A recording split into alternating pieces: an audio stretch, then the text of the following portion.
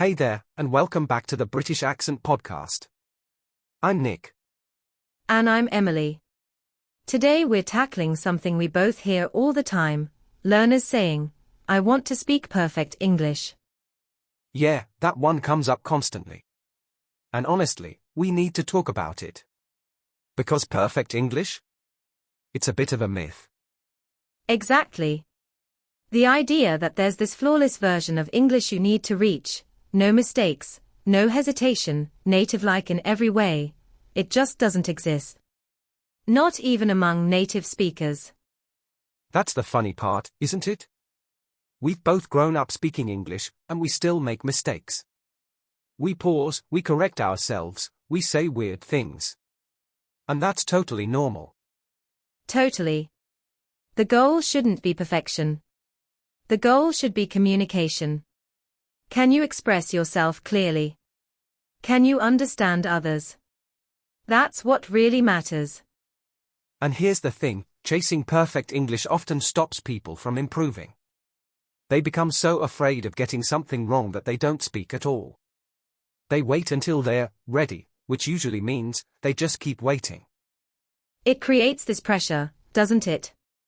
Like, every sentence has to be correct.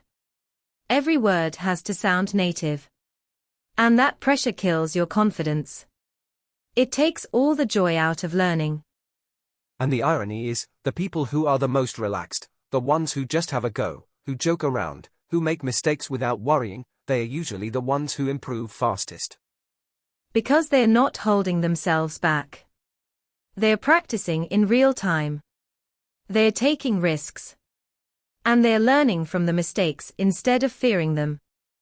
So when someone says, "I want to speak perfect English," I always want to say, why? Who told you that's the goal?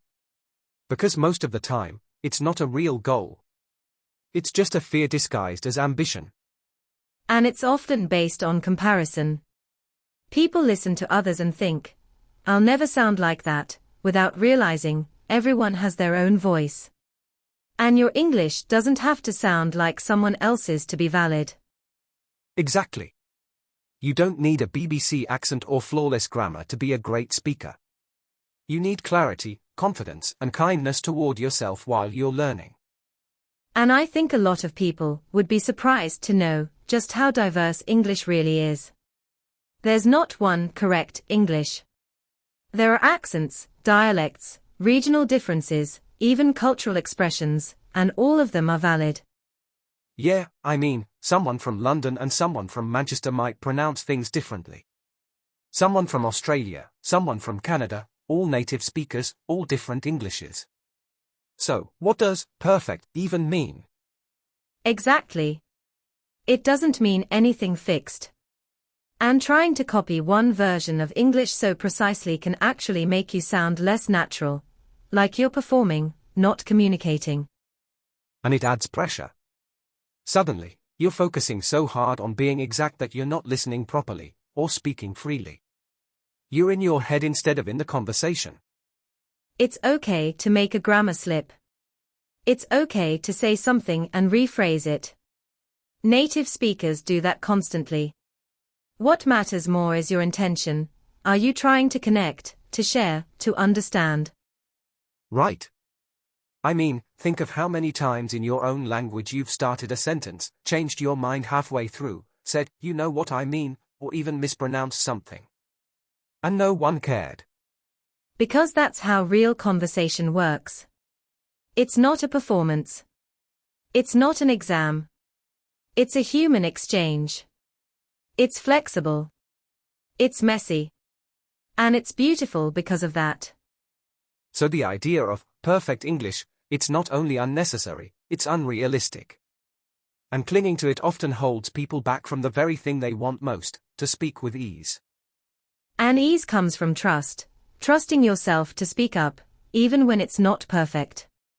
Trusting that your words matter, even when they are simple. Trusting that fluency is something you feel, not something you earn by sounding flawless. So maybe instead of saying, "I want to speak perfect English," we could say, "I want to speak with confidence." Or, "I want to speak with freedom." Or, "I want to enjoy speaking." Those are goals worth chasing. And they're goals that actually help you grow. Because confidence invites you to practice more. Freedom lets you express yourself fully. Enjoyment makes the habit stick. Perfection. That just leads to pressure and silence. And the silence is the saddest part. I've met so many brilliant learners who know so much, they've read books, studied grammar, learned loads of vocabulary, but they are too scared to speak. Yeah, they hold back because they think, I'm not ready yet. I'll speak when I sound better. But the only way to sound better is to speak.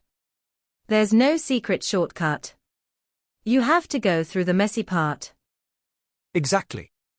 And the messy part isn't a sign you're failing. It's a sign you're learning. It's supposed to be awkward at times. That's not something to avoid, it's something to move through. And the more you do it, the easier it gets. Your brain stops panicking.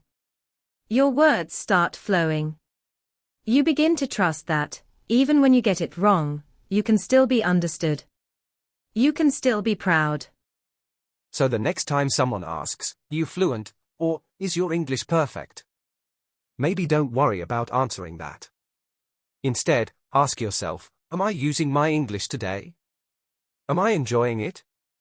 Am I letting it be part of my life?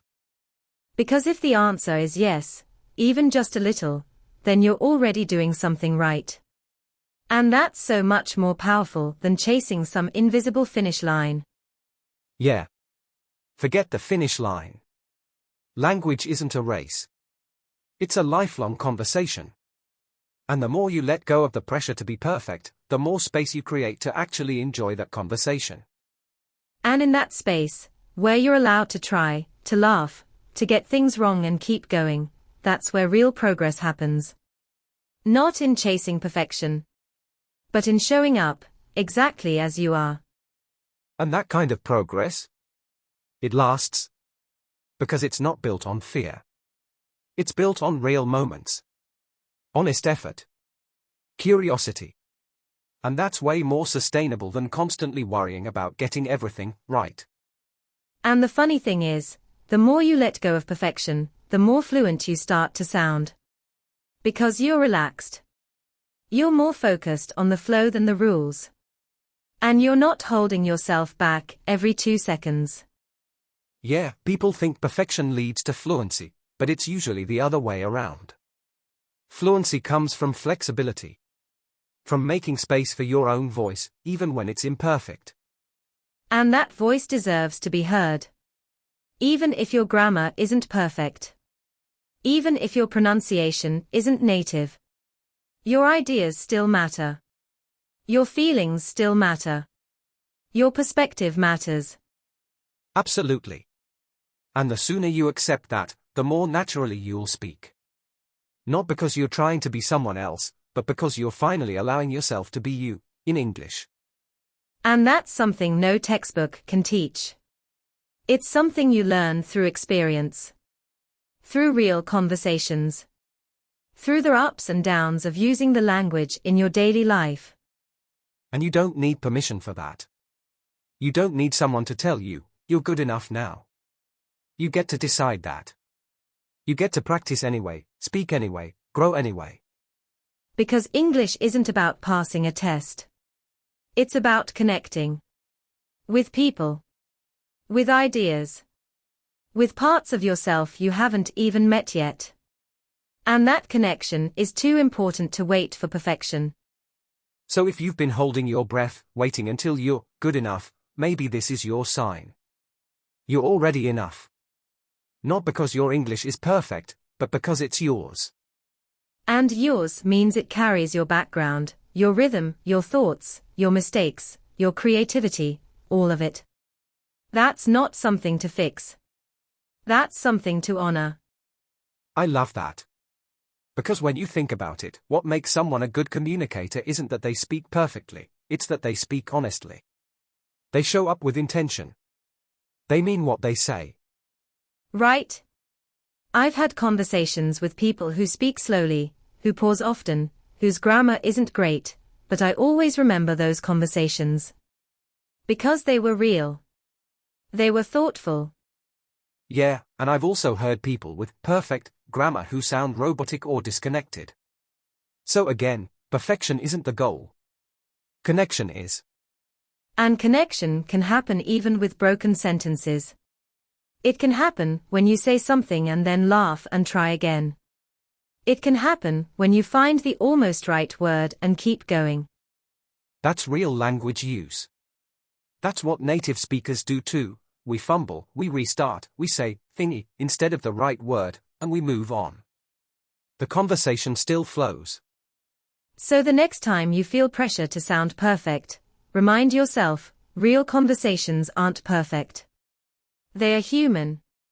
They are messy. And that messiness is where the beauty is. And it's where the learning is, too.